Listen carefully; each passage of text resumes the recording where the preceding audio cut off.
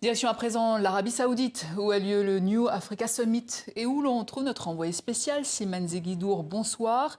Slimane, Bonsoir. Riyad annonce 45 milliards de dollars pour l'Afrique subsaharienne pour les 5 prochaines années. Est-ce que vous pouvez nous donner davantage de détails sur cet investissement ?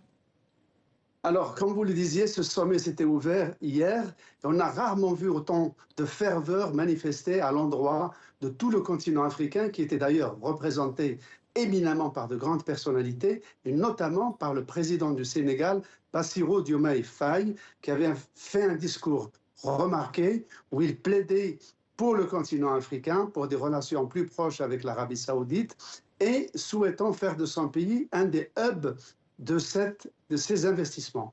Ce à quoi appel qui a été saisi au vol par le ministre saoudien des investissements, donc qui est un homme très très important, Khaled El-Fallah, qui a fait un discours absolument dithyrambique, revendiquant même des racines africaines pour l'Arabie saoudite, plaidant pour une coopération presque intime, mettant en avant la proximité géographique, religieuse, culturelle et la proximité de destin. Et je reviens à votre question.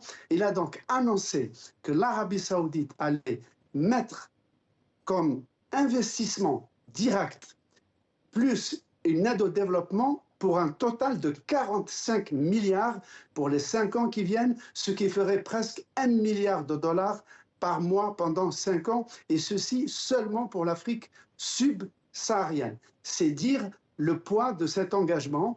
Et j'ai posé la question à un des présidents de fonds d'investissement américains qui ne s'est montré pas du tout surpris. Il m'a dit que jusqu'ici, les Saoudiens et les autres puissances du Golfe avaient tendance à surinvestir leur argent aux États-Unis et que maintenant, il y a une véritable prise de conscience de l'importance géopolitique, géostratégique, économique, humaine de l'Afrique, qui est une voisine. Et donc, l'Afrique serait un des axes majeurs des investissements, notamment de l'Arabie saoudite, dans les années qui viennent. Slimane Zeguidour en direct de Riyad, merci pour toutes ces précisions.